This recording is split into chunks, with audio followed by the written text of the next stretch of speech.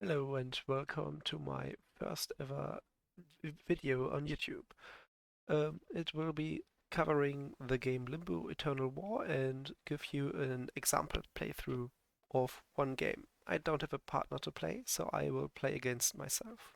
I will start with a quick introduction to the to the units and some other things each player has access to, and then I will jump right into the game and explain some actions and things as we go. So each player has a small army which consists of lords, heroes, and troops. As you can see, we have the humans fighting against some undead and demons. The Lord is this big guy and these two for the demons and these other troops. And for the humans, we have their leader, two heroes, and also two troops. Um, Heroes are just one single model on the battlefield, but troops can consist of multiple units on the battlefield, which share their stats and abilities, but each one has a different health total, has their own pool of health. Um, the game is over if either your in this scenario, the game is over if either your commander dies or you basically only have your commander left. Well, in the case of the humans, if they have only one person left, they lose. In the case of the demons, they lose if they have only two units left, and if the commander dies, you lose automatically. Each troop is also has a, well, I will just call it a patron deity, which supports them on the battlefield passively. In the case of the humans, well, both have a similar focus, but they work a bit differently, and we will see them in action soon. Also, each player has certain has action cards, which have certain abilities which can be used by any unit, or in some rare cases only on some specific units which have a certain unit type. In this case, the humans have a card that only a knight can use, like the Rose Knights, Tiger Knight Archers, or or Godfrey, but both other units, for example, can't use it. Some abilities and fate cards need fate points to be used. The interesting thing about them is that after you use them, they shift to the enemy side, so then then they can use them. So you have to choose if you either do cool abilities or if you try to stuff the enemy out of doing their own strong abilities. But basically, you want to use them. Both deities will help or hinder will either help yourself or hinder the opponent in doing so. Um, well, with that out of the way, I will give you a quick overview over the what the different stats mean, and then I will jump right into the game. In the top right corner, you have the recruitment points the units cost. In the case of troops, it is dependent on how many of them you choose. Then you got health, attack, defense, armor, and movement. Armor can be reduced by certain passive keywords like pierce. Um, uh, we have quite a few keywords down here, which we will get to later, and each unit can use special skills which are denoted by the symbols on the bottom left. Well, another quick look at the demon side of the battlefield. Um, all right, and now to the battlefield. It can be a bit hard to see, but there is some terrain on here. For example, here we have a ledge which blocks line of sight. Bodies of water, trees, and rubble are, well, rough, rough to move through, so you uh, take a bit more movement points to move through them. Uh, and usually you play it against another player, but I will play it against myself. Usually at the beginning you bid secretly how much fate points you want to spend to gain the in initiative, which can be quite useful. But in the first turn, it kind of depends on how useful it is. In this case, I will just go and say that the humans got the initiative first.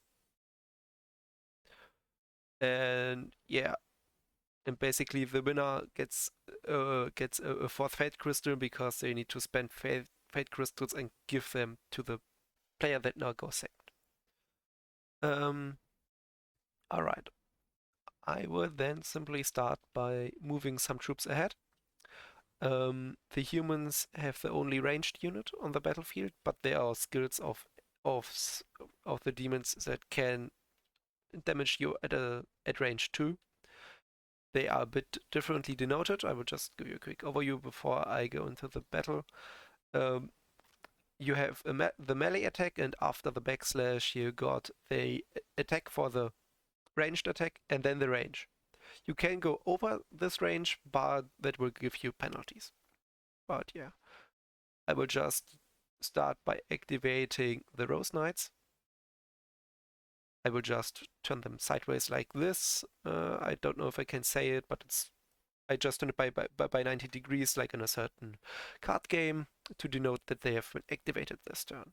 Now they can move four squares uh, as an action, and I can do that 2 times because each unit has 2 actions. So I will start 1, 2, 3, 4. 1, 2. I think there is a ledge I can go through. Just let me quickly check. Yes. So I will need to count a bit differently. 1, 2, 3, 4, 5, 6, 7 because it is rough terrain. 8 to get here.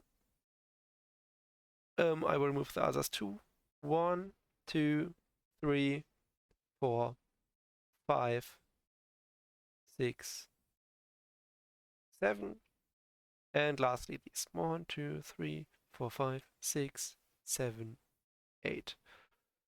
With that, the human's first turn is over. But at the beginning of the action phase, I already forgot something. My deity lets me gain 1 fate point from the enemy. Um, now it is the demon's turn because I couldn't use any skills with my Rose Knights, and I don't think that I will need the focus.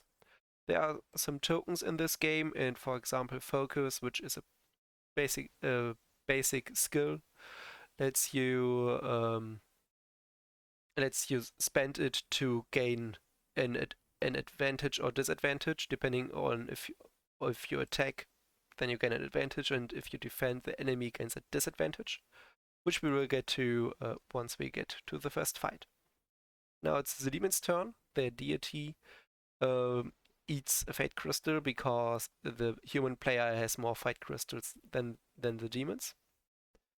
And they will just move their vanguard in form of the skeleton knights forward, and hopefully they will absorb quite some hits because you got a lot of them and they got good health points to tank a bit. Here you got a ledge, so you can't move through here, but here you got rough terrain, and rough terrain. So I will start by moving them. 1, 2, 3, 4, 5, 6, 7, 8. 1, 2, 3, 4, 5, 6, 7, 8. 1, 2, 3, 4, 5, 6, 7, 8. 1, 2, 3, 4, 5, 6, 7, 8. And they will go the other way around. 1, 2, 3, 4, 5, 6, 7, 8. Just spreading them out a bit. And that was the demon's activation. Let me quickly check if I can use any of these. No. One thing I forgot to mention: you can equip your units but that costs points and just complicates the game a bit. I will just play with the basic units. Alright, now it's a human's turn again. They once again gain a Fate Crystal from the demons, which they can not use at the moment in a, well, useful manner. So I will just simply move my units a bit more forward. Um, so I think I will activate my first hero with Elia. Um, she's a pretty good melee fighter, quite nimble, hard to hit if you do things well. But she is a bit more on the fragile side with only 7 health, which is not that much for a hero unit.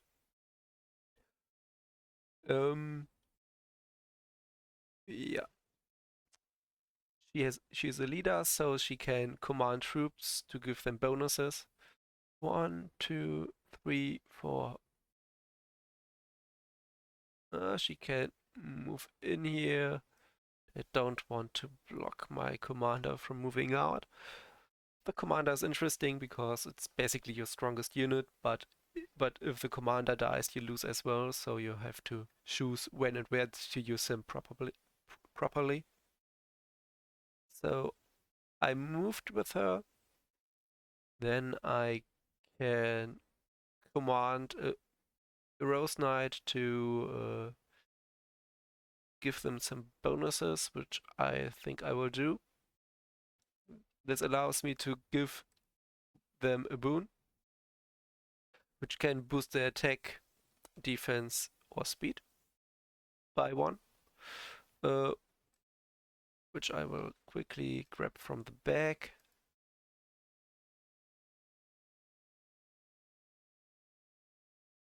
The moment I'm not in a big danger to be hit, so I will buff their movement for when it's their turn again.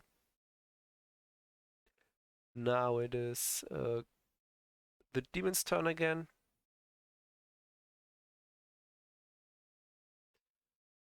The demons gain a bonus, so if I don't have any fate, but I can't use it for anything at the moment, and I don't want to waste it as well, which is a bit of a bummer.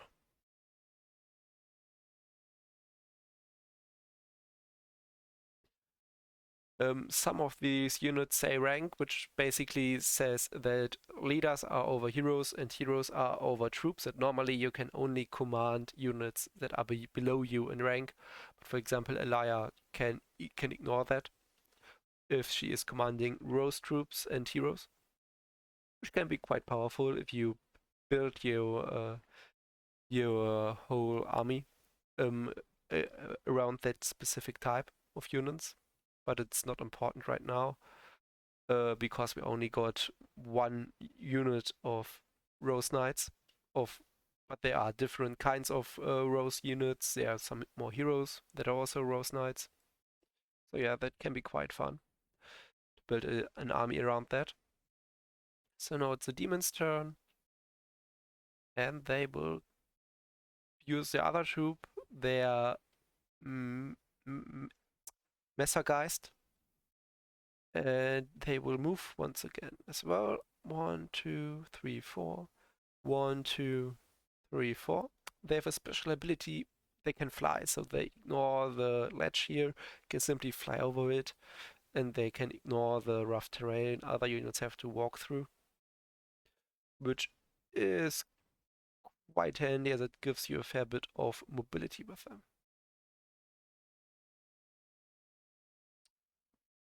At the beginning of the demon's activation, they ate another Fate Crystal from the human player, and once this activation phase ends, and every unit has been activated, they gain all the Fate Crystals their deity has eaten. And that can be quite powerful, but currently they can't use it for anything meaningful. And well, now it's the human player's turn again. I will start by activating the archers, 1, 2, 3, 4, 5.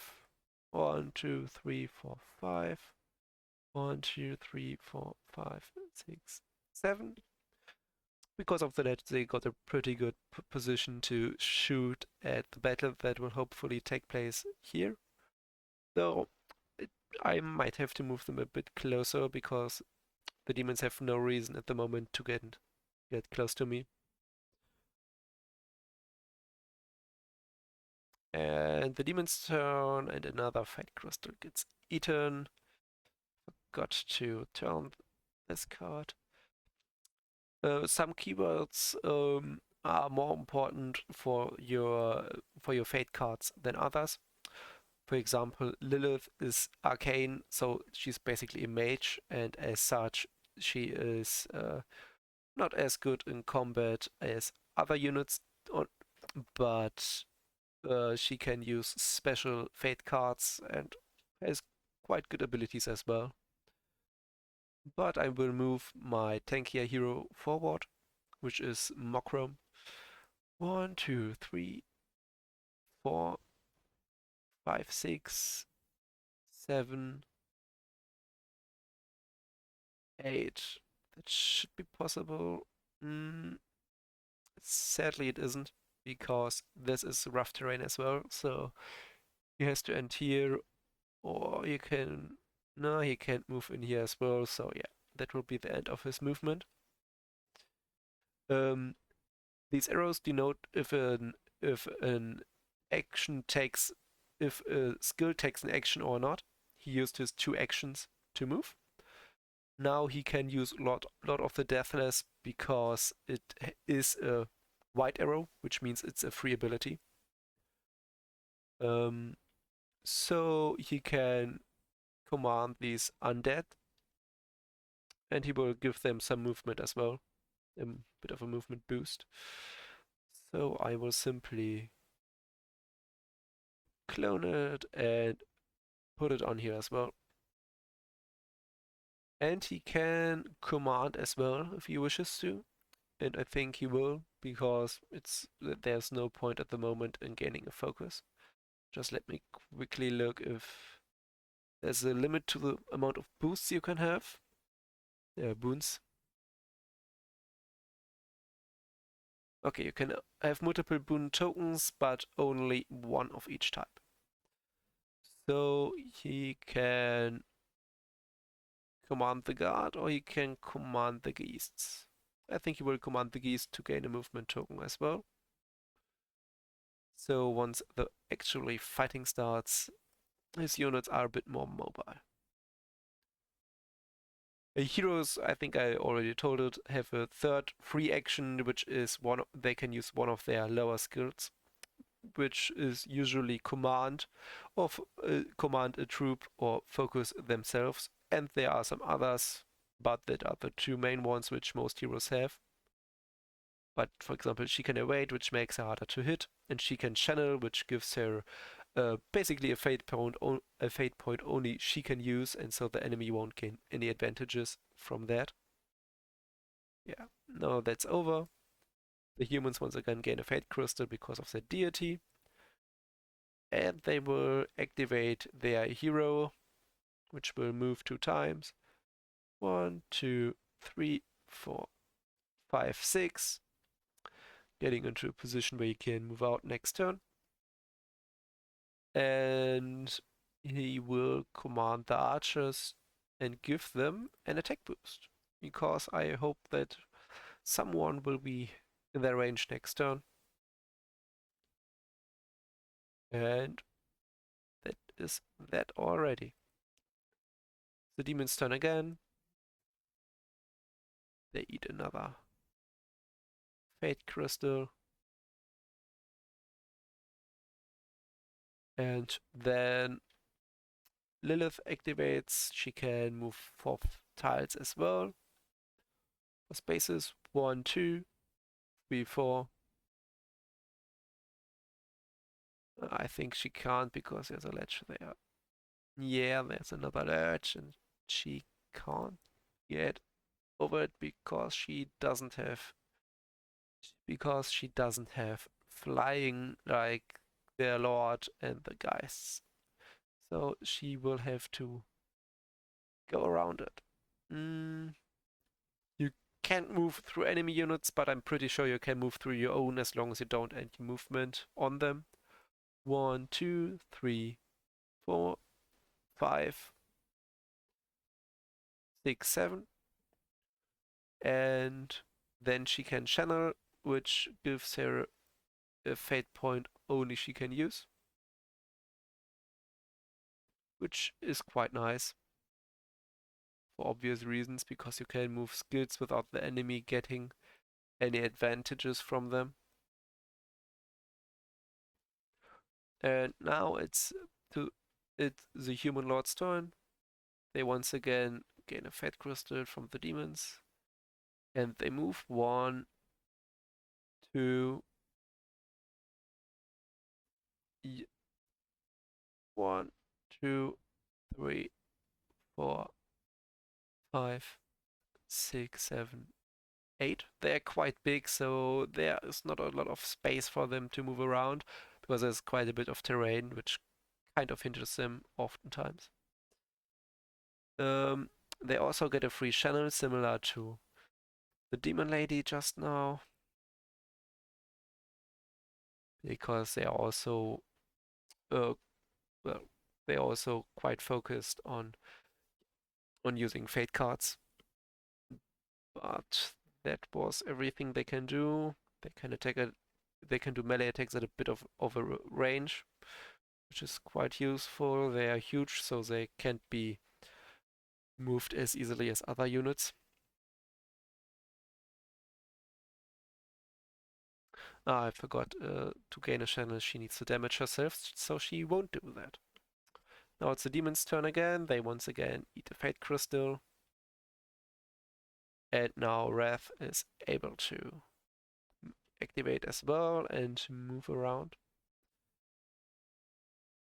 He also helps his troops by letting them damage them, uh, by them being able to damage themselves, which gives them bonuses in when they attack, which can be quite good if you use it right, because your units also get stronger if they are bloodied. Bloodied means that they are at half of their health. But now you will move. He can fly, so he ignores the terrain. 1, 2, 3, 4, 5, 6, 7, 8. One quick thing I want to say. In the 1.00 rules, you can move diagonally without any penalties, but in the 1.5 edition, they will change that most likely. And so I will just don't play with diagonal movement right now, but you can with the old rules. I don't know what they will change, but it seems easy enough to implement into this short playthrough. So I will try to do that. Well, now all units activated, which is why I'm rotating everyone again. And now the deity triggers and they gain all the fate crystals that are on here, which is quite a bit at the moment. They got 5 fate crystals, while the humans only got 2 without using any of them.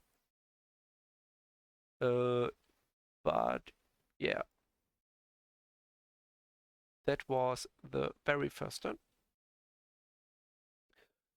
Units getting into position to attack next turn, hopefully.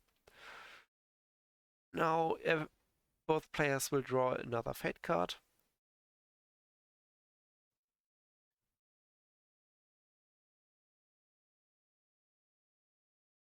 Okay, they can replenish a troop, which can be quite useful.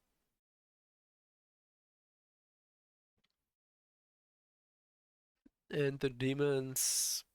Lilith is only a unit type, which Lilith has at the moment.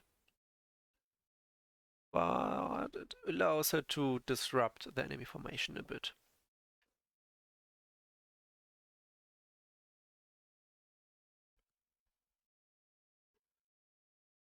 Mm, Now you have to bid on who goes first, and I'm currently thinking how important it is for the players. Um, the demons want to close in as fast as possible and likely try to get rid of these archers, which he could try to do with his lord, but it's a bit of it is a bit of an overkill, and it would expose him with the rest of his units lagging behind, which can be quite dangerous. Um,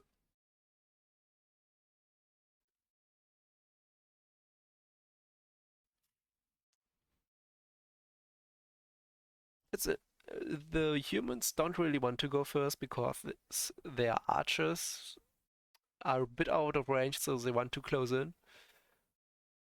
But the demons also want to move first to likely to separate to block this path if it helps them. I will just say that the demons build one fate crystal on going first. The humans didn't bid any because they gain really not that much from it.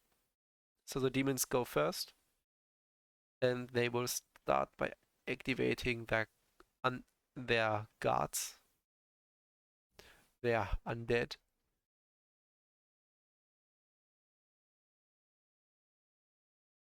because they can block uh, the attack of the archers quite well. Because if they are attacked, the archers gain disadvantage, which likely reduces the damage the guard takes.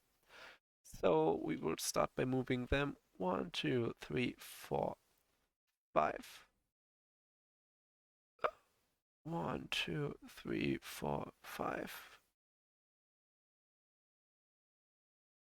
2, 3, 4, 5.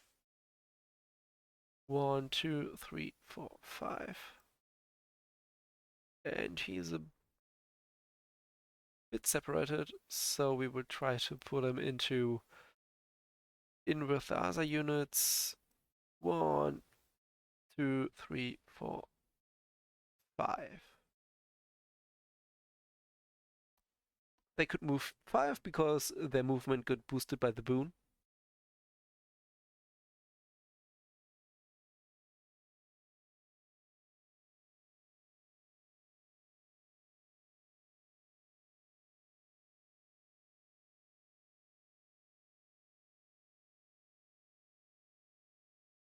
Mm, I just realized that likely at the end of the last round, all the boons would have gone away. So it seems like you want to activate your leaders first so that they can buff up your troops. But I will now just play as if they would stick for a round and just get discarded after the unit activates the next time, which at least to me makes more sense. Um, yeah, just checking two things.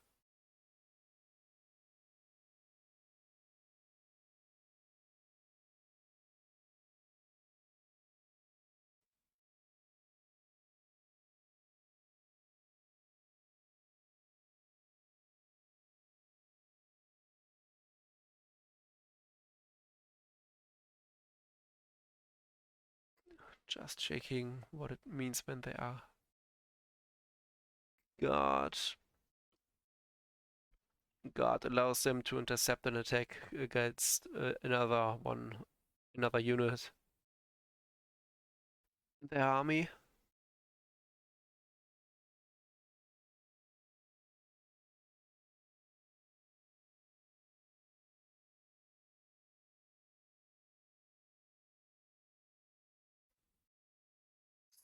So, well, that was now they gain a guard token. Because not might actually be important. I don't need that at the moment, but thank you. Um, yeah, so that means that they can intercept an attack against an ally, which is right beside them, which would give the attacker disadvantage. We get to that once we have our first actual attack. The guards will move again. They've still got their movement of 5. 1, 2, 3, 4, 5. 1, 2, 3, 4, 5. He will stay here. Here we got some rough terrain and a ledge, or I think that's actually a ramp. Yeah, that's a ramp from the look of things, with the ledge being here. So 1, 2, 3, 4, 5. 1, 2, 3, 4, 5. So now we got a bit of a battle line going, blocking them off from getting past here. And, well, just hoping that it works out. Now it is the human's turn, and we will finally get the first attacks in from the look of things. We will start with the Rose Knights, having them crash into the front line of the skeletons. 1, 2. 1, 2, 3, 4, 5, because they also got boosted movement. 1, 2, 3, 4, 5. So we are finally engaged with the first enemies. Now to the actual fights. You take your attack in dice, so they got an attack of 3, so they gain 3 dice. Um,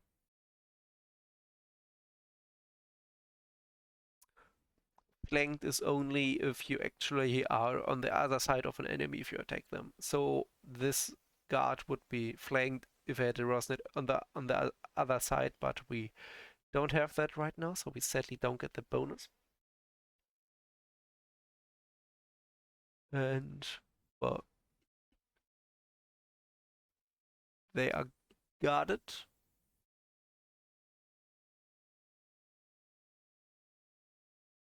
which means that they should be a bit harder to hit.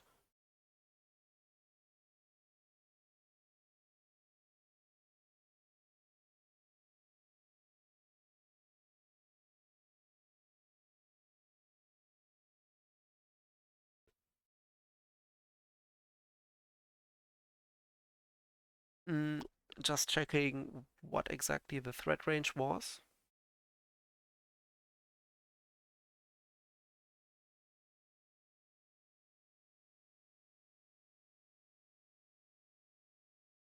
Alright, so the threat range is what they can reach when they attack, which is basically everything around them. So his threat range is 1, and so they can threat everything around them.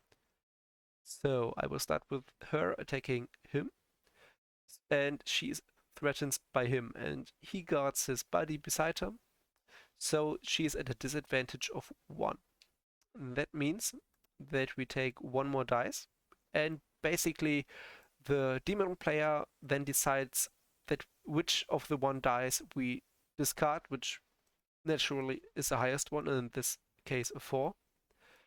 If you have advantage, it is similar. We also would add a dice, but then we would decide which we discard, which would be the lowest one, so you get a higher, uh, uh, so your result would be better.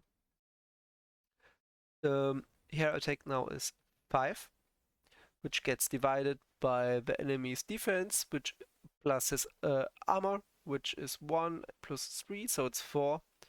So we only deal 1 damage against this guard. But damage is damage, and he only has 3 health, so 2 more attacks of this kind, and he will be down for the count. Uh, Now it's her turn to attack, and she will attack the same guard actually. But she's at a disadvantage of 2 because she got 2 enemies that can threaten her, which are also guarding, so she will discard the 2 highest results. which is not that great because she would have gotten 2 5s, but it's still a pretty decent result, doing 1 damage to this skeleton. So he now has 2 damage on him, 1 more and he is dead. Now it's her turn and she's attacking this guard here. She's again at a disadvantage of 2 because 2 of the skeletons guard. And that's a pretty good roll because it's an 8, which is actually 2 damage on, on its own. So now we have 2 skeletons which are at half health, but they are also bloodied, which Wrath would buff. Now I could maybe use a Fate card.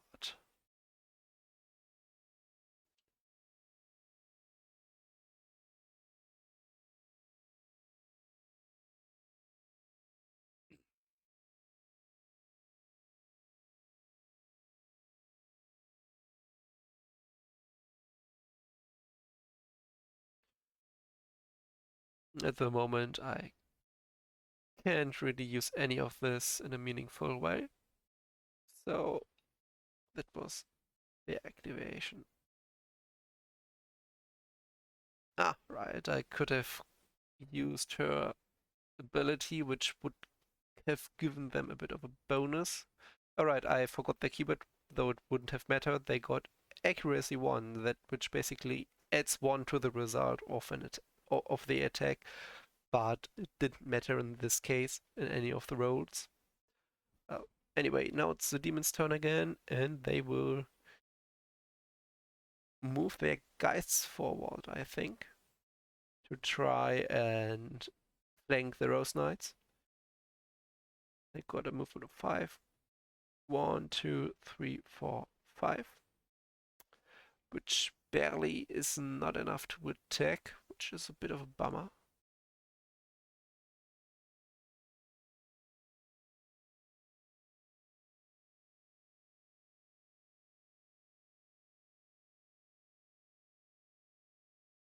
But I can finally use some fate points. 2, 3, 4, 5, and he will move 5 as well.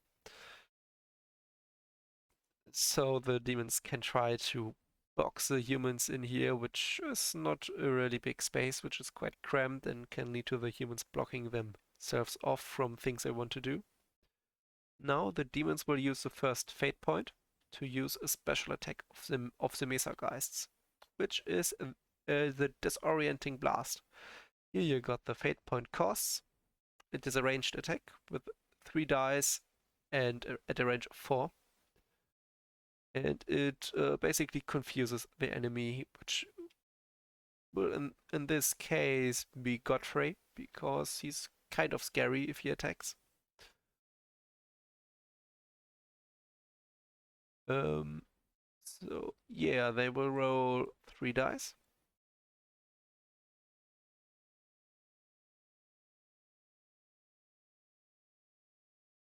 which is a 10, which means they got 2 hits in, but it doesn't do any damage.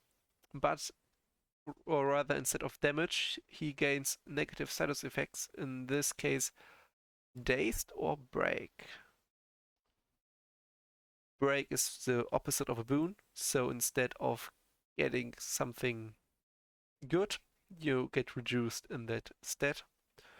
And when they are dazed,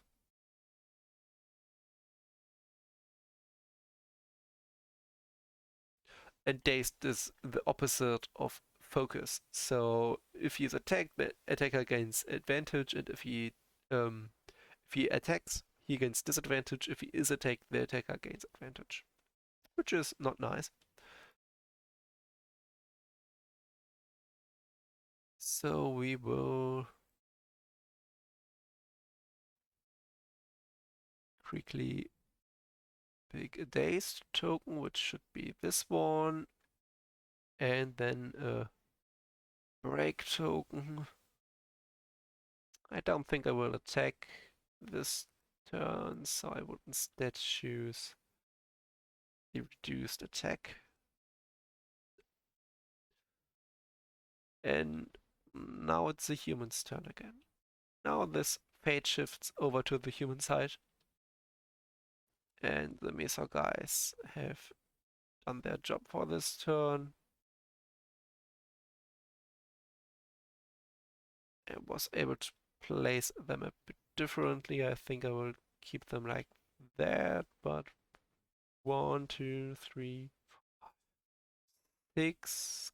Godfrey could get to them, which wouldn't be ideal.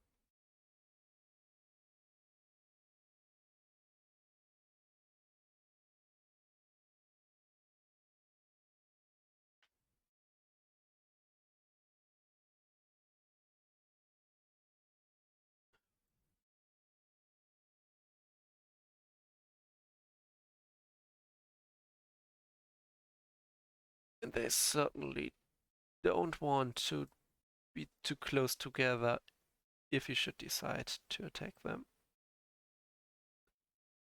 But at least one of them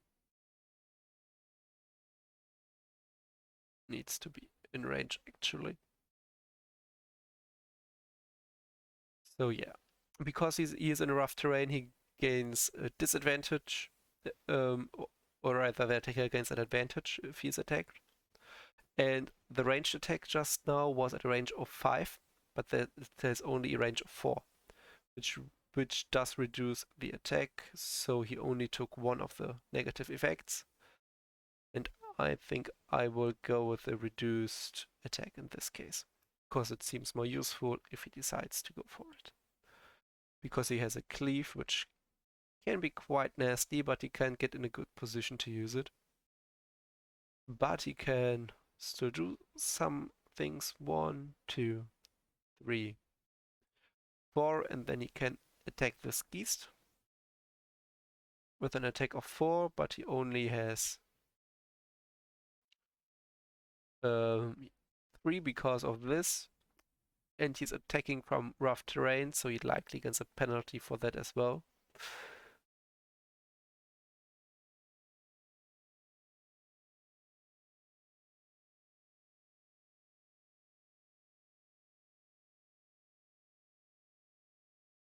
On top of that, it's a charge, so he gains advantage. So,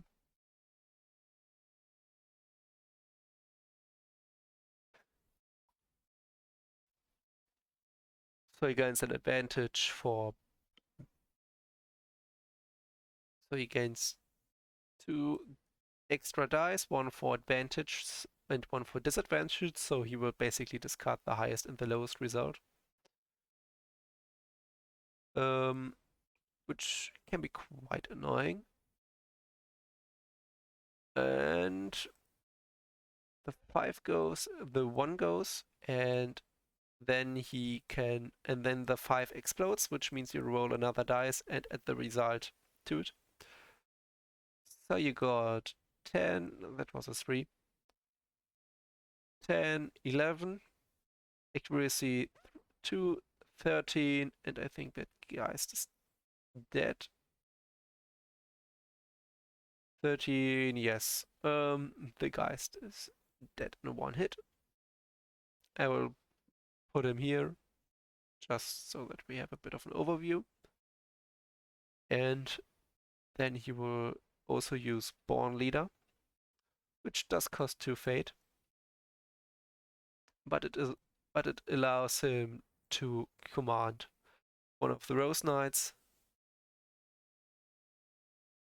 which will be this one. And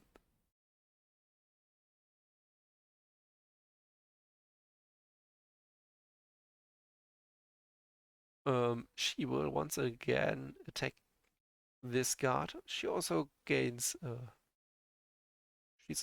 She has also been commanded, so she will gain an extra attack. So she attacks for 3, but gains a disadvantage of 2 because she's threatened by 2 skeletons. That can guard. 5. The enemy have a defense of 4, so she deals 1 damage. So this guard is dead as well.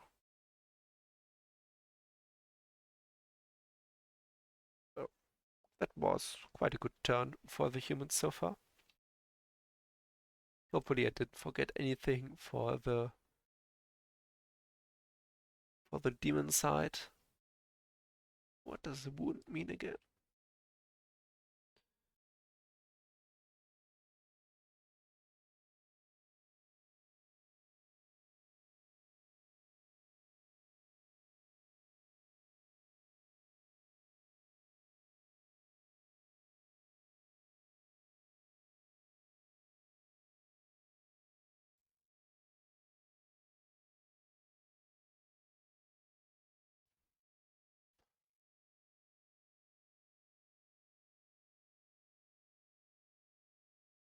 Alright, he wasn't wounded, if I understand it correctly, because the disorienting blast isn't its normal attack and the wound only gets added to the normal attack, but I might be wrong about that.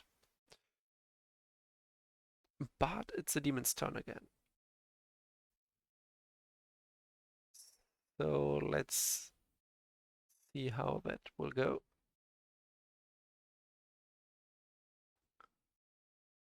They use their troops. So I think I will try to do something with Lilith. She certainly wants to use that on one of the big units that has a good amount of armor on it. I will use Mokram. Mokram. He can move 1, 2, 3, 4. 1, 2, 3, 4, and then he can command a unit.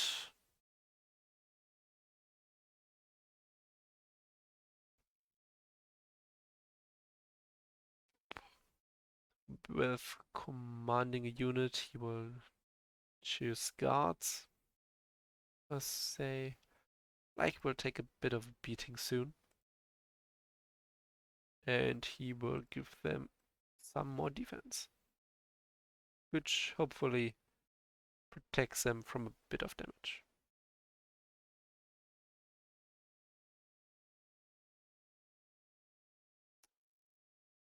And that should be that.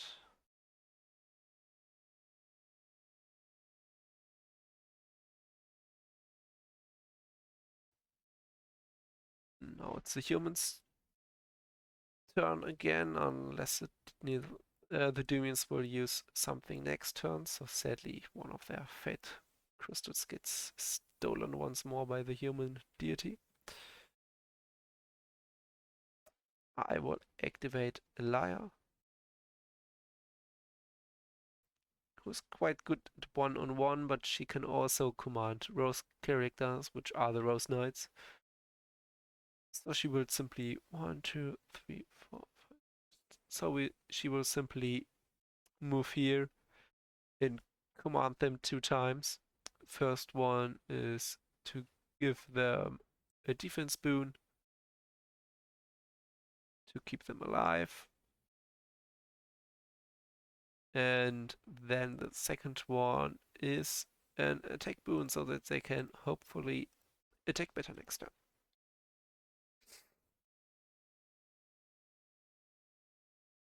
And with that out of the way, it is the demon's turn again. It looks like the humans still don't have enough fate points so that the demons can eat one of them. So I think it's time to activate Wrath. He will move 1. He will do a charge attack, which does move.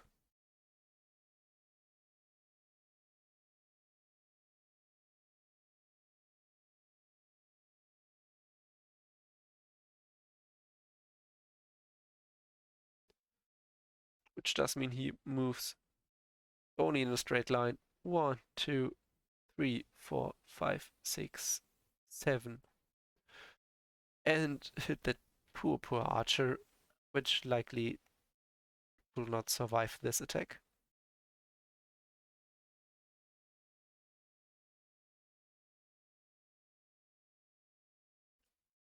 He has an attack of 4.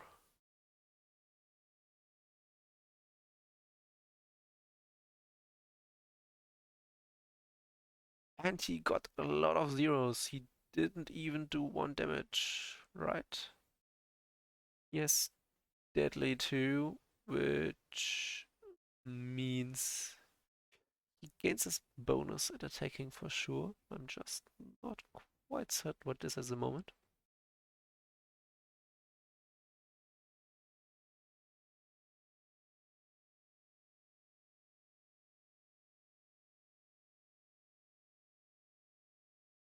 So if he would have deadly basically doubles the amount of damage he does.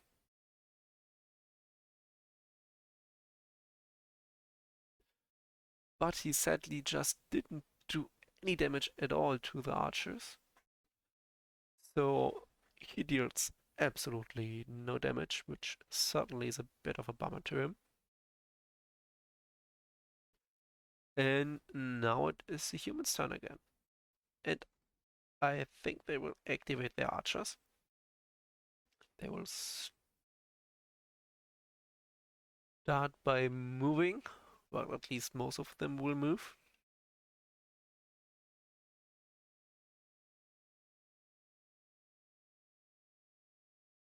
And he will simply sidestep. Usually your own units would block your line of sight, but the Tiger Archers got the ability that they don't get their line of sight blocked by allied units. And they're a bit better against enemies that took a bit of damage already, but they will attack now. Uh, they got an attack of 3 at ranged. They got an additional attack because they got a boon. And that means the first one has 9, and 9 does 1 damage to the enemy leader. The second one,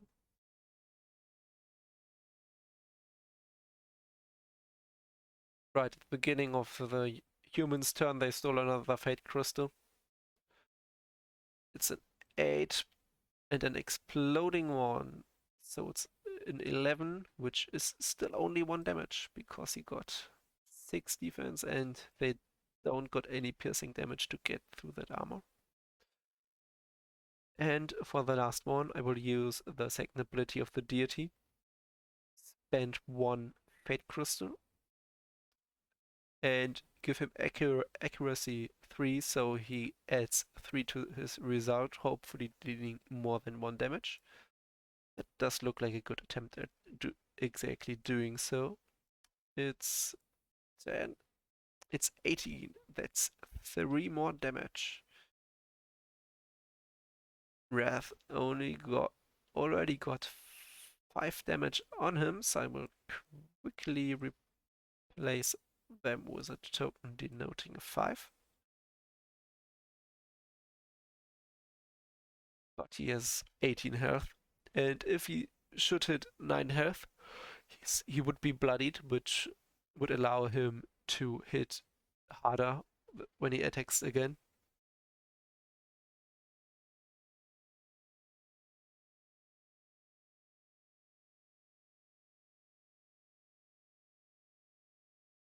And if he kills someone, the demon player draws a fate card, which can be quite good. But now it's their turn again, and they will activate Lilith because it's the only unit they haven't activated already. 1, 2, 3, 4, 5, 6, 7, 8. Sadly, I think she still can't do anything at the moment.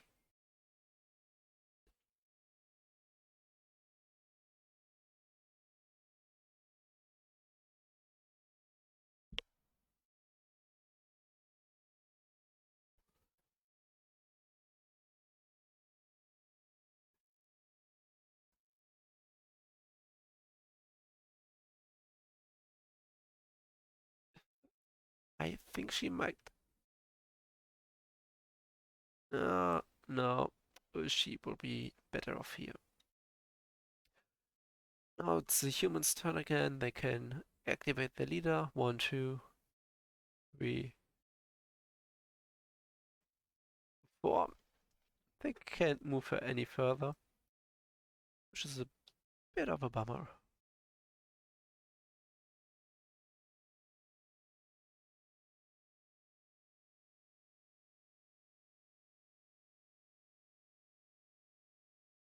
But now she's able to protect her allies.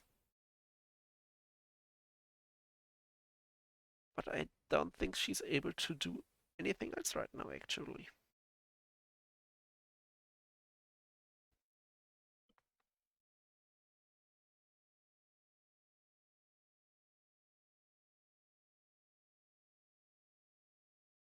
That's it for the humans this turn, because Reach only lets them attack at one more, if my memory serves correctly.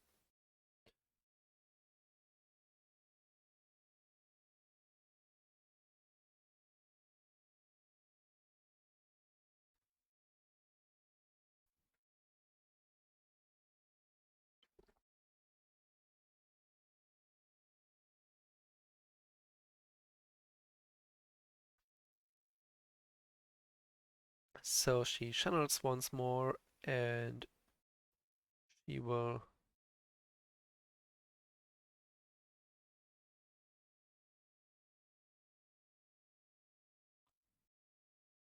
focus herself so that if she attacks or is attacked, she gains a bonus. And with that out of the way, every unit got activated. They used their attack boon and Godfrey got that, and it didn't matter too much.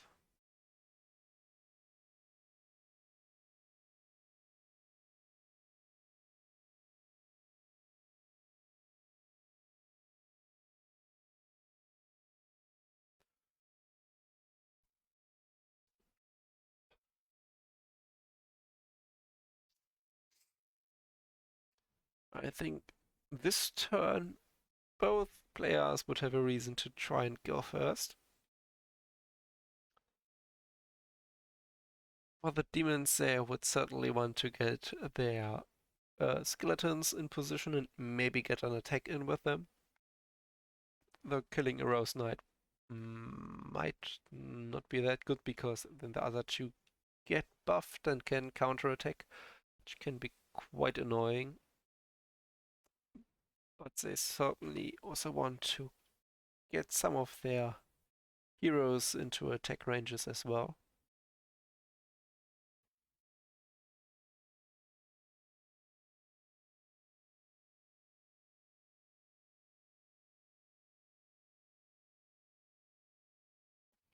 So I think bigger units can actually push aside other units, but I'm not sure on that, so I will quickly check in on that.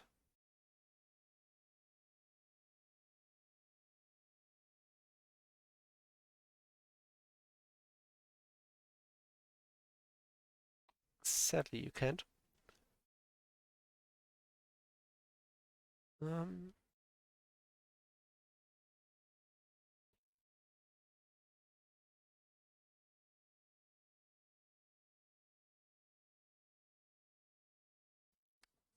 so usually the actual units would gain these buffs, but I will just play it at the moment so that the whole unit uses them and not the model, which may change once it gets a bit more complicated. Mm, Currently, the heroes are a bit blocked off,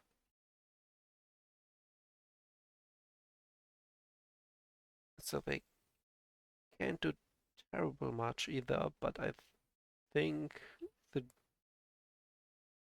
demons, if they don't bid anything, they likely get attacked here once more, which would not be ideal,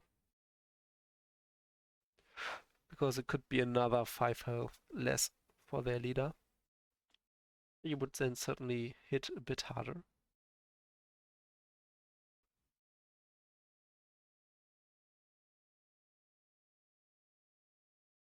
Mm,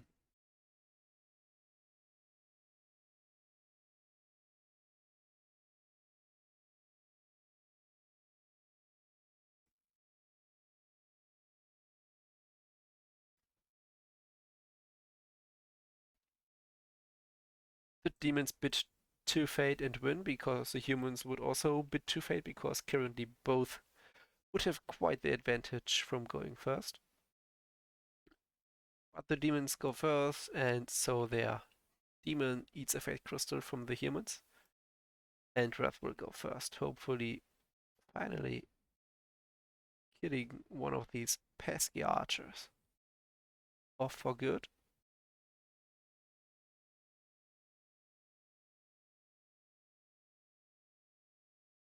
And that will hopefully allow him to kill them and hope get them another card. And talking about cards, they will draw another one of that.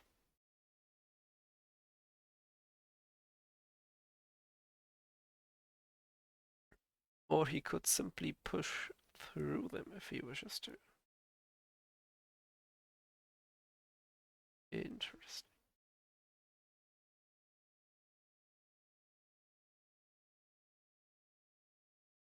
So you could also simply push through and attack the Rose Knights from the flank, which could be quite effective, but push aside his units and then he's alone in the front line. So instead he will push in here, right here to move so that he doesn't stand on the ledge. Um,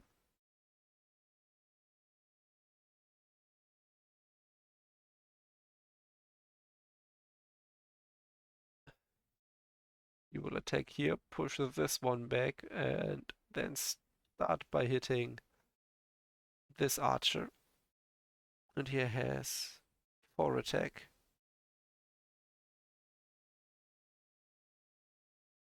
And it looks like he finally got a good hit in and smashes this archer to bits, which actually allows him to gain more victory points and draw a card. Yeah, currently not really playing with victory points just to keep it easier and not having to keep track of it as well. But that was quite the successful attack, and it gives him more options.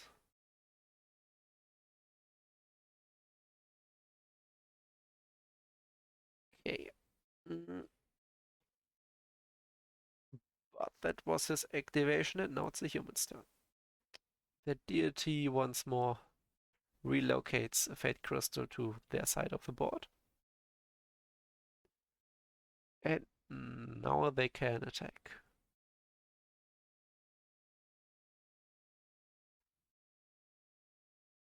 The Rose Knights currently make the most sense to activate because they got an attack buff, which hopefully will prove useful. And Wrath can't do much at the moment, so we will start by attacking with her. She has 3 dice, but she doesn't gain disadvantage because the guards haven't activated right at this moment.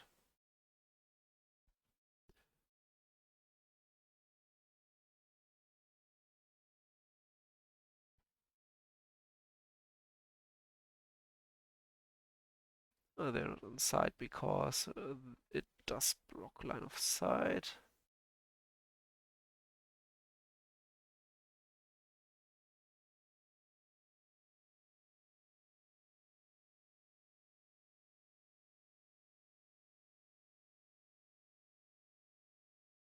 Alright, the wounds would only be on one of the Rose Knights, I guess. So yeah, she will attack with 3 because she's likely the one that needs the buffs the least. And she deals at least 1 damage. So this guard is out of this game as well.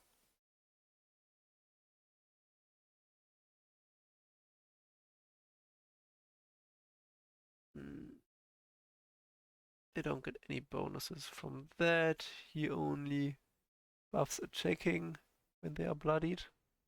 Yeah. Then this Rose Knight attacks him, only getting one disadvantage now. I will just play it as if she got the bonus of. Okay. That's a 6-7 because of the bonus. So that is 2 damage to him, and then the other one attacks. They won't spend any fate, so the demons don't get any of it at this moment.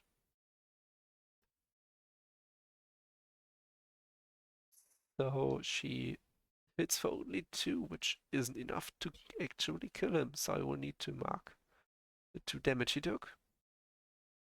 And that was this activation of the Rose Knights. They could focus, which does sound like it makes sense at the moment. Just so they don't get. Oh, it's wrong. So that they don't get overwhelmed too easily if the first hero comes in. And now it's the demon's turn again, and they would activate the guards. 1, 2, 3, 4, moving him here. And once more, getting the guard back online. So, on everyone, so that they can defend them.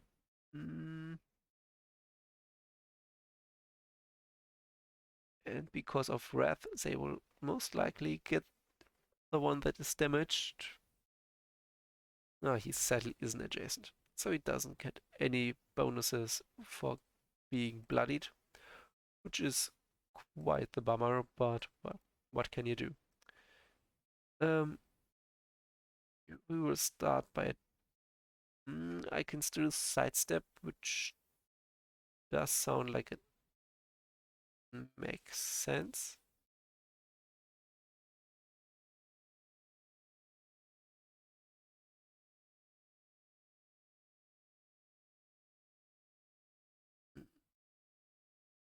One, two, three. He sadly can't move anywhere useful,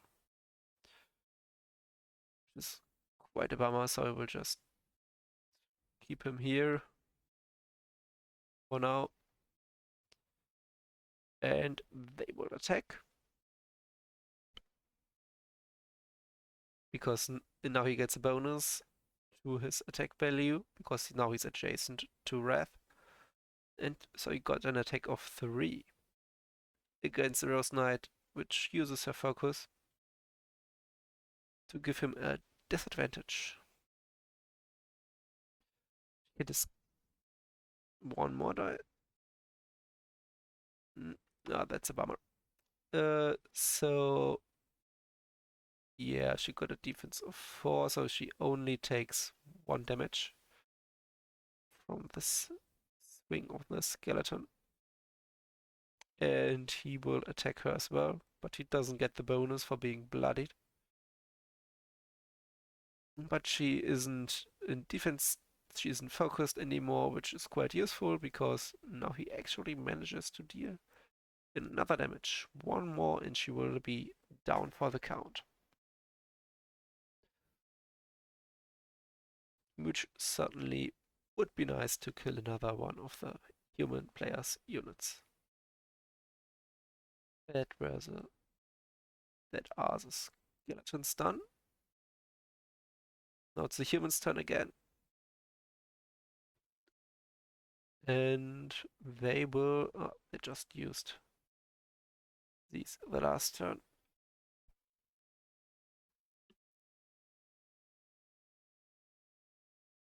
Godfrey can't really get a good hit in at the moment. Or can he? Might be that he. Also not really. This is a bit of a tough place to get into. Mm,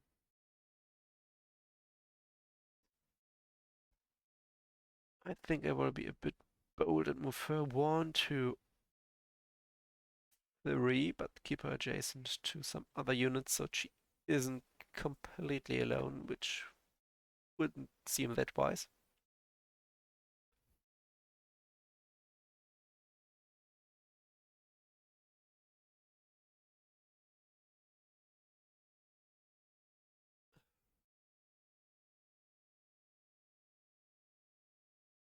Also command her, giving her a bit more of a defense.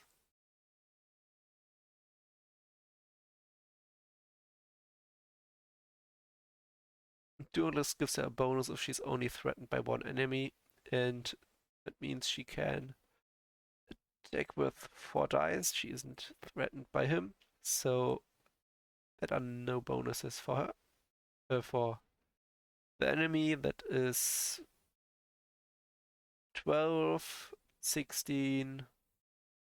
Their armor, which they have, is also gone, which means this is a pretty dead skeleton right there. But now she's a bit more exposed.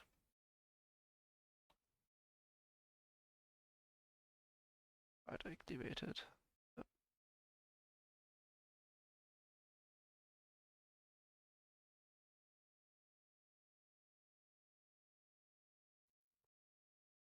Uh, Now it's the demon player's turn again, unless the humans can do something with the action cards at the moment, but most of them are defensive.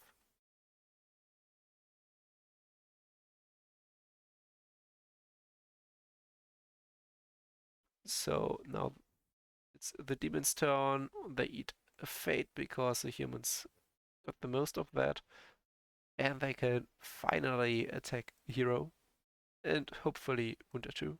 1, 2, 3. He will charge, so he will hit her a bit harder. Right, she could still evade, which the moment it makes more sense for her to have. She could use one of her lower skills, and it does make sense for her to pick evade because she is very likely to get attacked, which is shown by this symbol, which should have a token here, right? That is the the evade token, and evade basically means that you are harder to hit.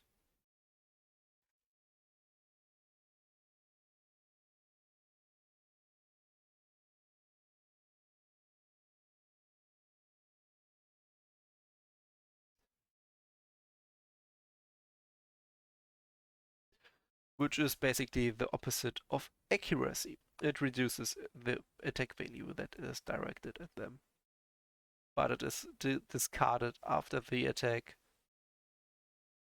which means that it makes sense to attack with a weaker unit first, for, well, obvious reasons. So that it is used up.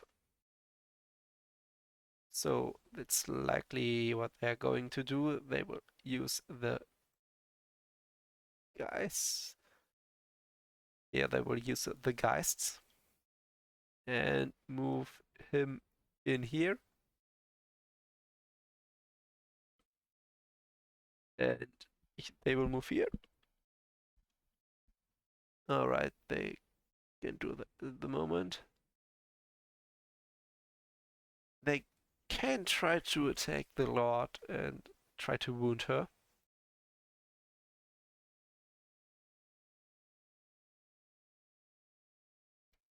Mm,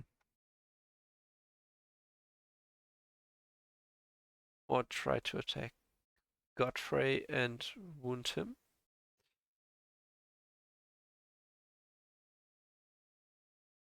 So they will attack with only 2.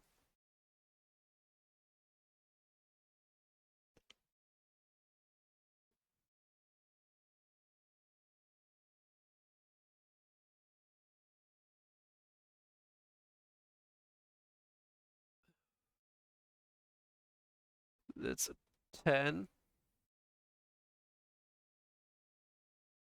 10, it's only a 3, so it doesn't do any damage to her.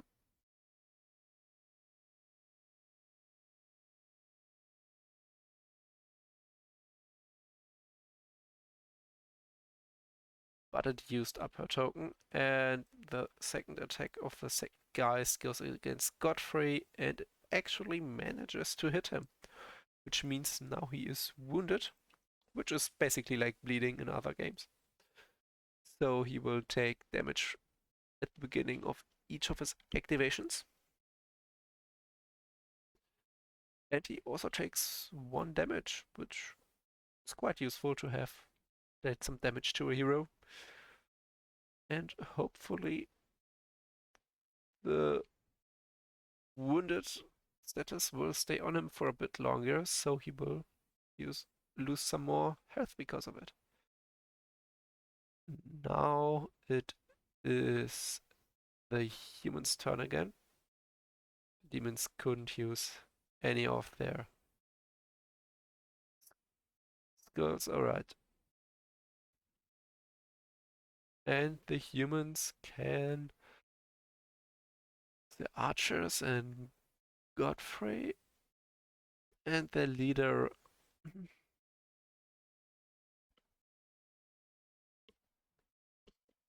Godfrey can move all that much.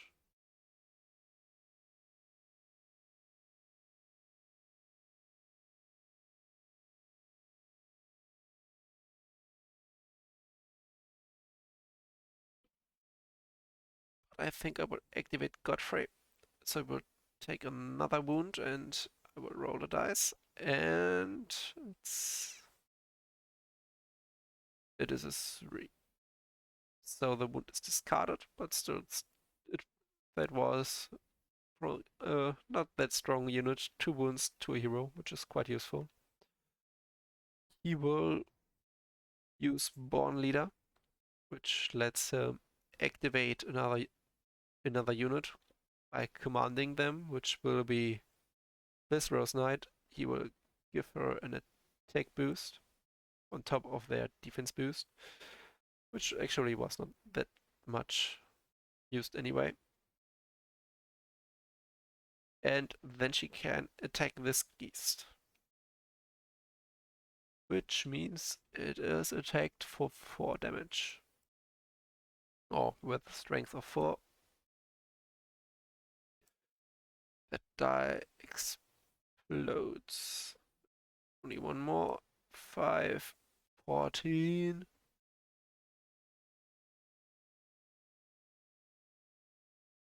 14, it's another dead Geist. Wow, they are really dropping quite quickly. And with that, her passive ability is once again online if she gets attacked by the big one, because she can only be threatened by one enemy to gain the bonus to her attack and evasion, which is quite important in this case. At least I think so. And he can still do an attack.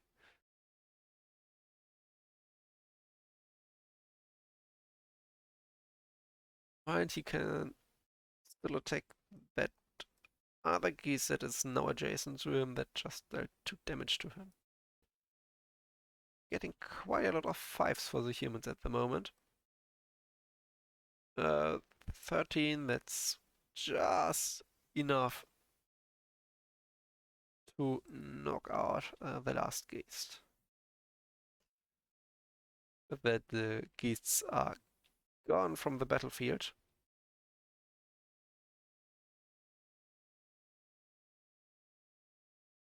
Alright, he attacked from the disadvantage. So this one is still alive because the 5 would have not counted. So that's 7, 7, 9. Alright, he has deadly. So they're still quite dead because it's 3 damage multiplied by 2. Yeah. The guys are still dead. So the first unit is completely wiped out for the demons, which certainly isn't that good, while the humans only lost one archer and took a little bit of damage. Barely any damage.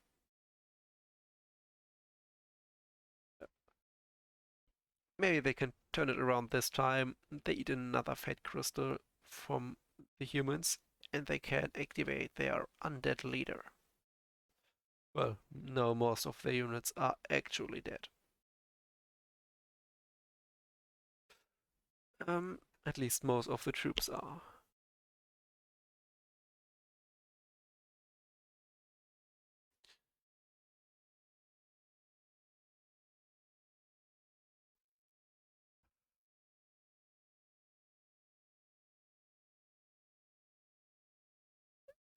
So,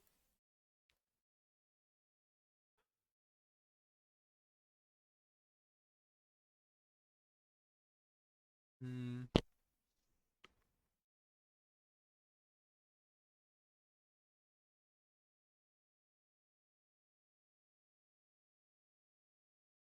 now he can attack for 4 damage.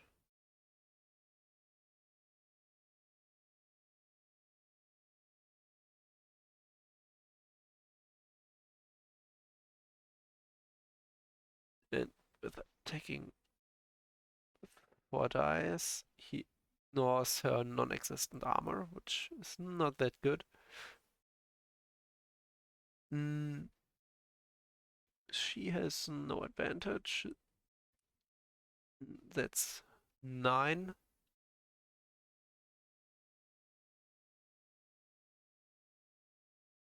That's 9 minus her 4 evasion, so it's 5, which is enough to deal her 1 wound and well, it deals 1 damage and wounds her. So she will take another damage once it's her turn, and she doesn't have that much health, so that's actually quite useful. And she can't even use her sidestep, which her swift, her swirling riposte, which I hoped to activate. Just a bit of a bummer. But yeah,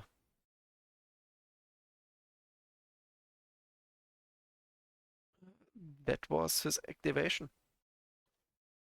And now it's a human's turn once more. They steal a Fate Crystal again. They still got their archers, which will sidestep 1 space backboard and attack again for 3 against the big demon leader.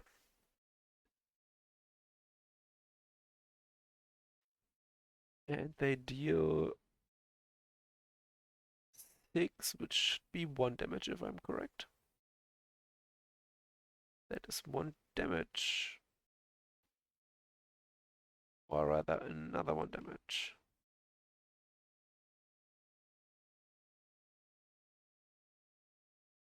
And the attack from the second archer deals 11. He has a defense of 5 because 1 armor gets pierced, so that's 2 more. This is at 8 damage. If he takes 1 more, he is bloodied, which actually would give him an attack bonus. But also puts him closer to death, and if he dies, the demons would lose, which certainly isn't what they are hoping to achieve. Now it's Lilith's turn.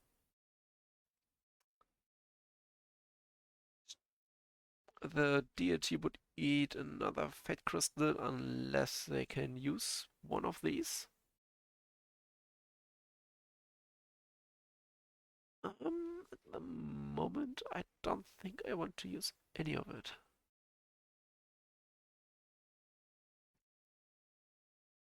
So another fate gets eaten, and it is the demon's turn again. They will activate Lilith, who, despite having wings, sadly can fly.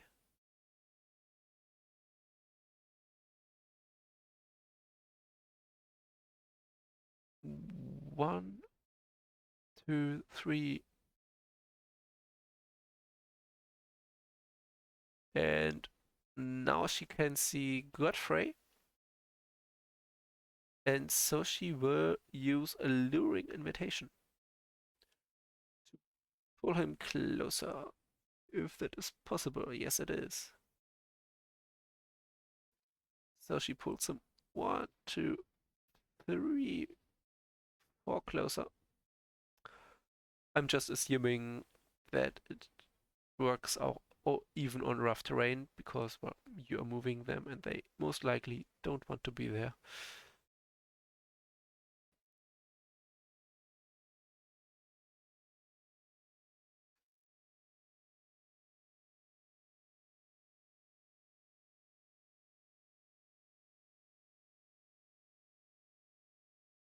Um, she could try to use Crush on him. He doesn't have anything to help him in the defense besides, well, being good at defending.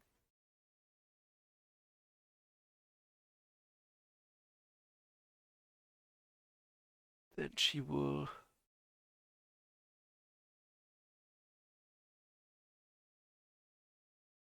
kinda want to use Smelt on the leader to debuff her armor permanently. But using it on Godfrey now could be valuable too, but it's too expensive and I don't want to damage her 2 times.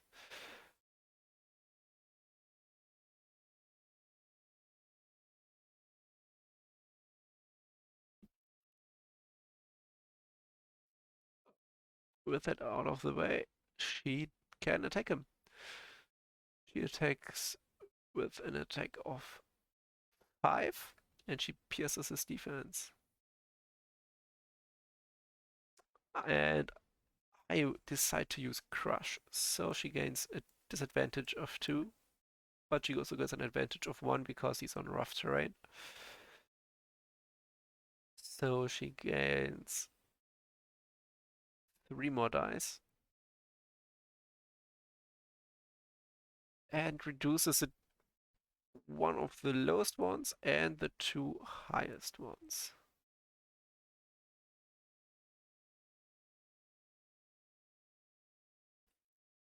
"13, 16. He only has a defense of 4 left, so 16 are 4 wounds. Oh, right. I should have done that before. Sorry. I use dodge because it's quite obvious that this will be a big attack and anything that reduces this damage will be helpful on keeping one of my stronger units alive. Um, she has pierce, so the armor is reduced to only 4.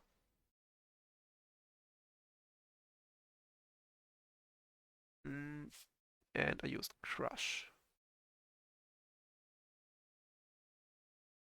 Okay, so we got 16 minus 3, which it's 13. So it deals 3 damage, which is doubled. So that's 6 more damage, which puts him at death's door with only 1 health point remaining. Which is certainly something the demons have been looking forward to because their troops have been dying left and right, and uh, yeah, their lord is getting peppered by arrows. But maybe the humans will find a way to keep their one of their stronger units alive. Well, at least hopefully they will have so. We still got the second wind ability we can use. It's a human's turn. They steal back the Fate Crystal.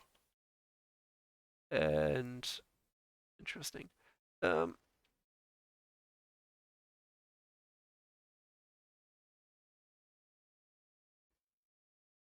and certainly move forward by 2. They could even decide to push the Rose Knights aside, which I think I will do, and position them like this. And then my commander can hit this guard and hopefully take it out. She is not threatened by any enemy at the moment because the line of sight is blocked to her. And she got an attack of 6, which is quite a lot. And I am fairly certain that this guard won't survive. One of the dice explodes. Sadly, dice can only explode once. 22, 23, and I'm fairly certain that guard is pretty dead. Because it had only 1 health left anyway. So it's gone from the battlefield as well, with only 1 guard actually being left alive. Yeah.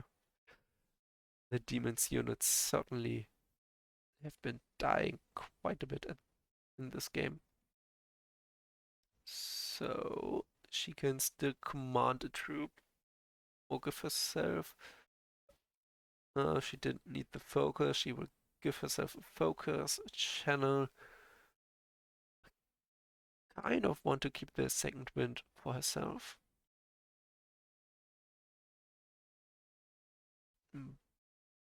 But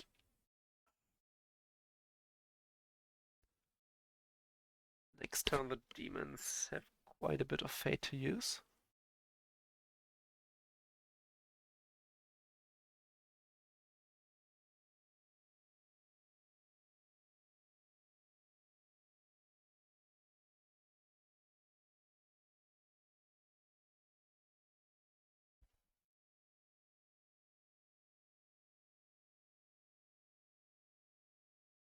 Uh, the demons certainly will want to start, and I want to keep her defensive abilities up.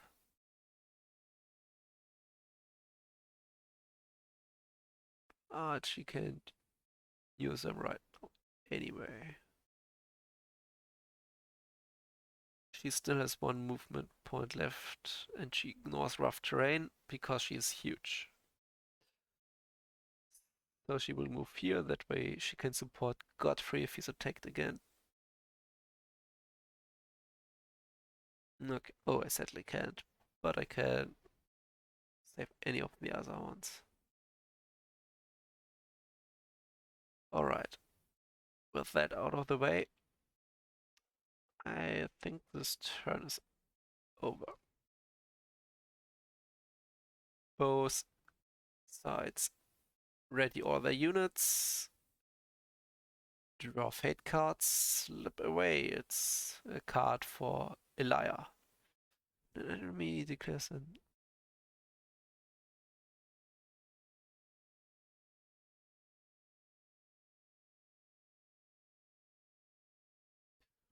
interesting. So that allows you to simply walk away if an enemy tries to attack you. So he can certainly still use an attack of opportunity, which he most likely will do so.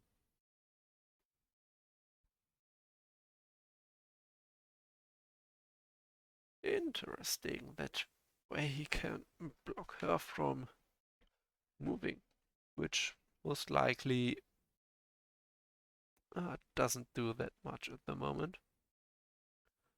But we are on the new turn now, and the demon player gets quite a bit of fate because the deity ate it all up last round.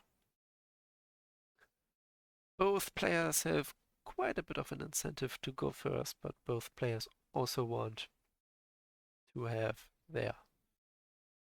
uh, their fate still ready.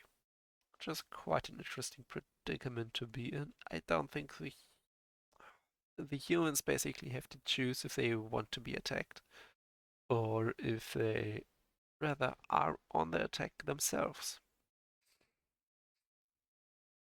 Godfrey is a bit in a bad spot, and I fear that if I don't activate him now, he's most likely dead.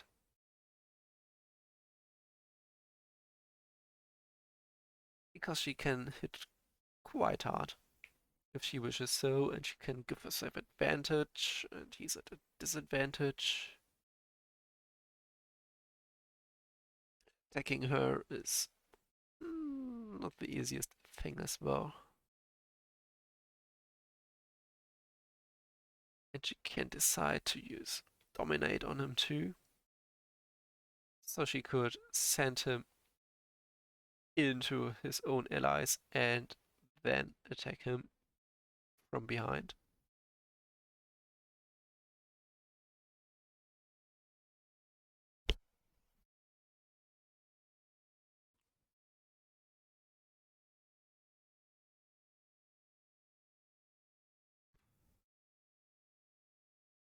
I think both players will be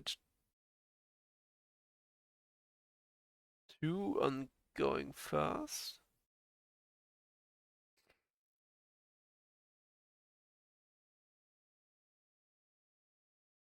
Because going first is quite useful to both players.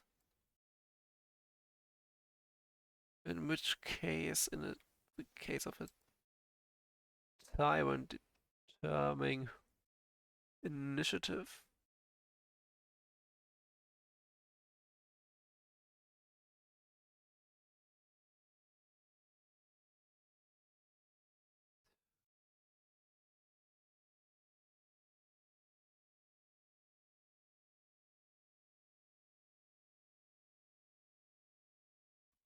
I know I would have to know who was the first player last turn.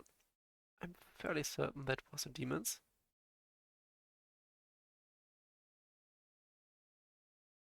No, actually, it was the Rose Knights attacking the guards. So the demons win this tug of war and gain the initiative, which costs them two fate to do so. But now Lilith can attack Godfrey, or rather, spend one of her own life points to turn it into a channel, which means she takes one damage, she gains a channel, and then she spends both of her fate to mind control Godfrey and move him here and attack this poor Rose Knight. Sadly, he will actually attack this Rose Knight because it's not defended and doesn't have the focus. And that means he attacks with a strength of 4 and he's deadly and accurate. Which is not a good combination, but that's a very bad dice roll.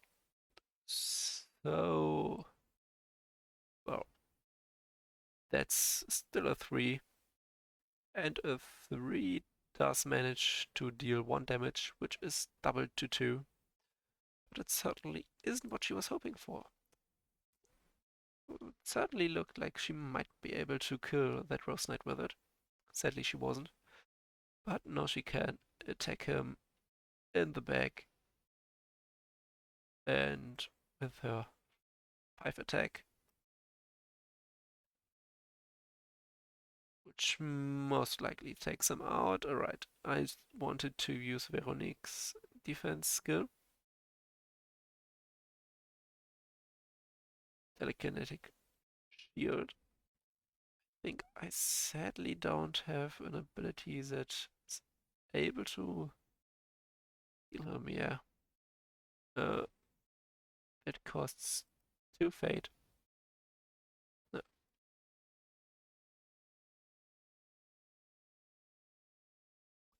So she gains disadvantage. Oh, yeah, he's dead anyway. It's more about getting her dazed, which... Alright, using the fate that way isn't the most useful, so sadly Godfrey dies this sneaky attack while being totally distracted by that demoness. And he's down for the count. The first hero that died this game. Well, he most likely won't be the last. After that pretty big loss for the humans, it is the humans' turn to hopefully strike back against the demons once more.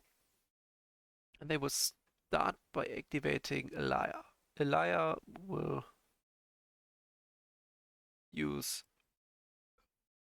all her prowess to hopefully deal damage to him, but first we need to roll for a wound. It luckily goes away, and she still takes a wound token. She's a duelist, so she's accuracy 4, she attacks, she gives herself a focus, which she immediately spends to attack, and she has an attack of 4. I will use my deity's power, which gives her an accuracy of 6, because it gives me accuracy equal to the fate points I have in my pool, which is 6 because I had to spend 1 to activate it. So she has an accuracy of 10 before attacking, and she has the advantage, so she can discard the lowest die she rolls, which is a 2. Oh, damn it. I will just discard this one. I think this dice roll is a bit worse than the one I had before. And one dice explodes into 4, so it's 10, 17, it's 27.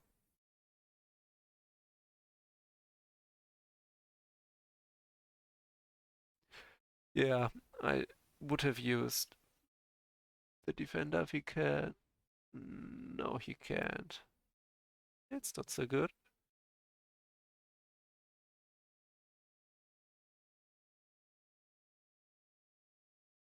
So, yeah, that doesn't look good. That's a 27 going his way.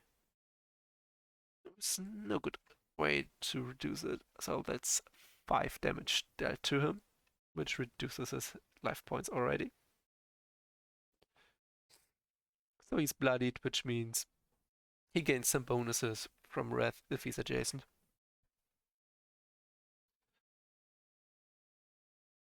After this quite devastating attack, she could sidestep, but I don't think she will do so. She can still command this Rose Knight and give her an attack boon. I won't spend any fate to buff that. So that's that. She's a rogue. She could slip away. Yeah.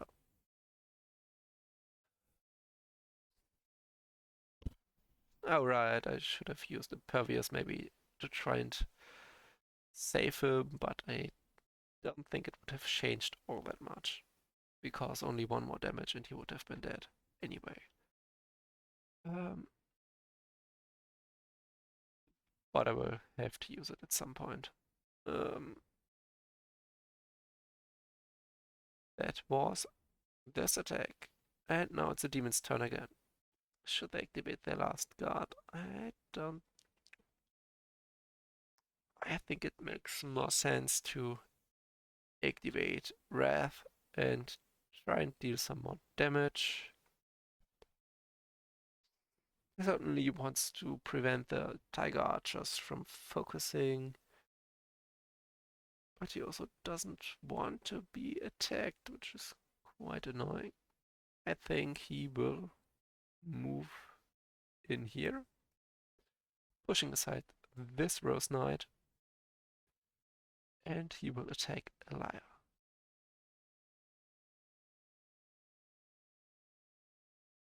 He's not yet bloodied because, well, he still has 1 health point left.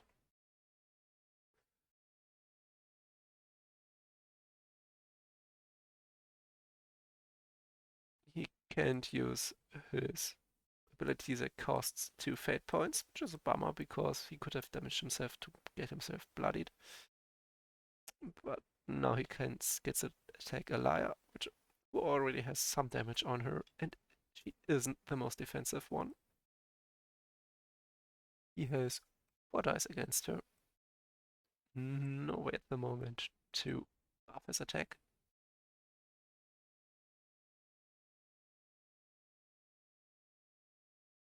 And that's a terrible roll.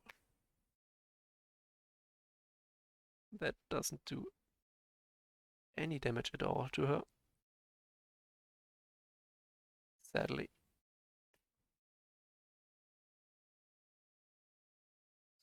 So yeah, that was pretty anticlimactic. Now it is the human's turn again. And they will activate. They will most likely activate their Rouse Knights because they are a bit spread out and can attack a little bit of everything. We will start with her. She will attack the guard, which will use its focus to give 1 disadvantage. She spent her. She doesn't move, so she gains an advantage. So we will discard the lowest and highest dice. It's a 4. Oh, right. Wrong. I had a 5 and a 3, so that's 4, 8, 13, which barely shouldn't be enough. 13. No, it's enough. Yeah, that's another guard down. Sadly for the demons, now they have no troops left to command, which is not the best spot to be in. Now they can move her. She lost all her boons and her focus. 1, 2, and she will attack the big demon with 3 dice. It explodes into a 12, which should be 2 damage. It is 2 damage. Yeah, really not looking good for the demons at the moment. But maybe he will be able to kill one of them somehow. She lost a boon as well. She attacks the enemy leader. And she gets a 10, which looks like it will wound him. Yes, it's a wound. So he's finally bloodied and gains an attack bonus, which can be quite useful and maybe allows him to finally kill someone. Now it's Mokram's turn, and he will attack Elia again, which will be an attack with 5 dice, pierces, but she has no armor.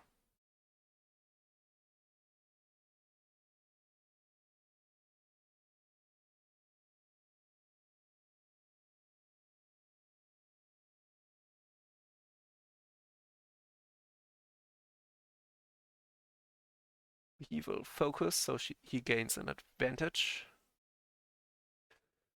So he has 6 dice. He has 6 dice, but she will use telekinetic shield to defend Elia. Costs 2 fate. And he gains a disadvantage. So we will once more discard the lowest and the highest dice. That's a good dice roll. 2 dice explode. This looks like a terrible time for Eliza. Uh, 18, 22, 25, 27, 27. Doesn't get any bonuses. Yeah, she's down for the count, sadly. Um, that was quick.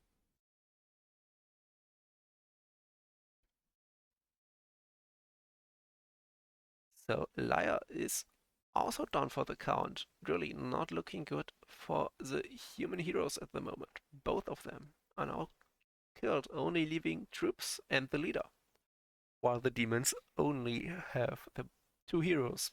But Mokram killed a unit, so they they gain to they get to spawn a guard, which is really helpful in this situation because it gives them one more. And the problem the demons have, they had 11 units, so it's, yeah, basically it makes it harder for the humans to win by killing everything but their leader, because the leader of the demons already is quite low.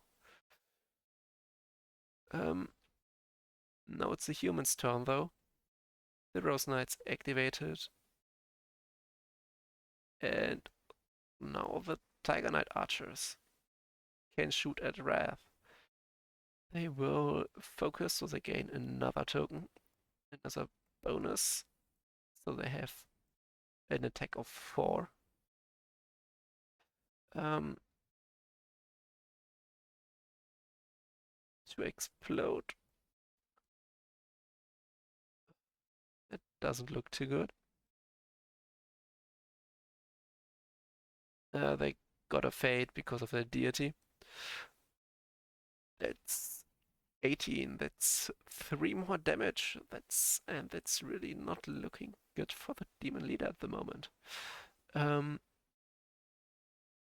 he is now at 12 damage, so 6 more, and the demons lose because their leader would be killed. This might be quite close.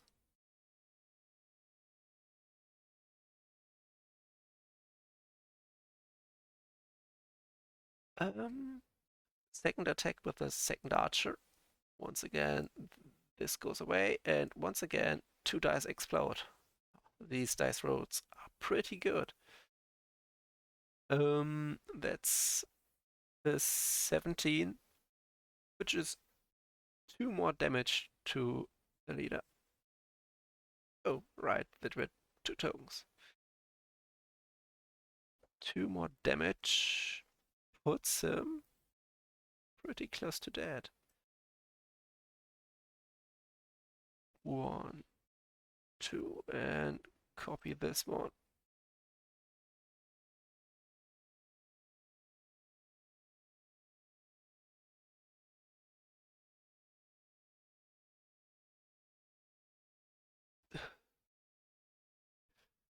So he's only 3 hit points away from getting killed. So the attack of from Veronique might end this. He activated, Mokram activated. Now the guards may still activate.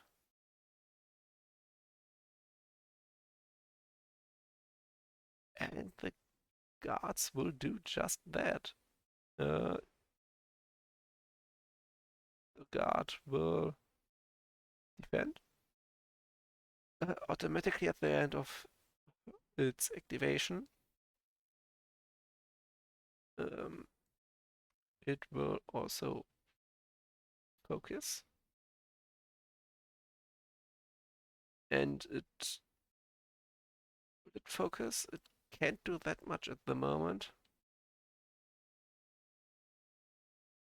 It will focus and then attack Veronique without any bonuses for 2.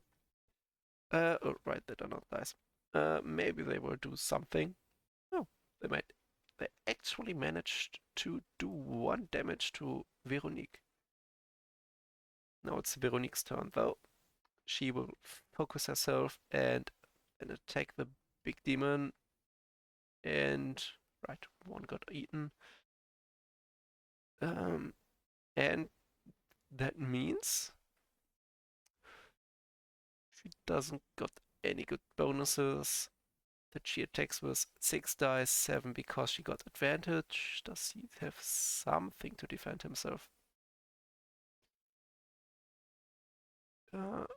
Still can't use that. So yeah, it's 7 dice and she needs 3 hits to kill him.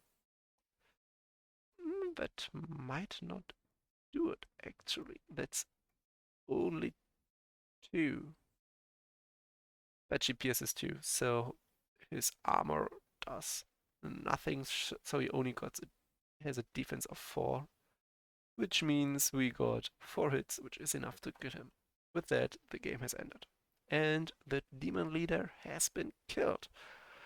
I'm quite certain that if he wouldn't have been killed right now, the tides would most likely have turned because the humans only had troops left, which would have most likely died with 1 or 2 attacks from the heroes and the Lord.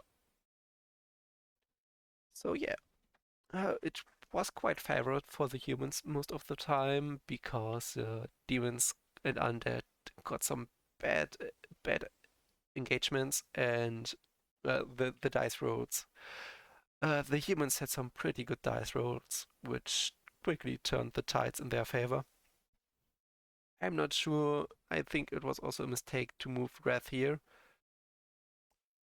The map is quite narrow and keeps you closed in, so I'm not sure how to. It's a bit difficult to navigate because you have only a very narrow engagement space. I think the peeling away of the Godfrey here was quite crucial, so he couldn't just keep buffing the Rose Knights. And her being singled out, well, not really singled out, but being threatened by 2 pretty powerful units was quite disastrous, and I should have most likely uh, activated her sooner and used slip away or just sidestep to only be engaged with him, because then she would have most likely survived this last attack. And yeah, I also forgot Impervious for when he got attacked. The fate was interesting. I think I made a mistake where it gets reset at the beginning of each turn to keep things a bit more favored. The Maw is quite interesting, keeping the count of fate low for the enemy at the end, choking the amount of fate points you have left um, to do things. Is quite interesting. Him respawning units when he kills something is quite useful, as it basically gets you back into the game slowly if quite a few enemies are on low health, but only being able to attack 1 unit is quite annoying. I would have loved to use Grim Harvest on the attack that killed Elia, because he basically would have healed himself back up to full, which would have been a huge swing in the demon's favor again. But it didn't happen. That was the playthrough.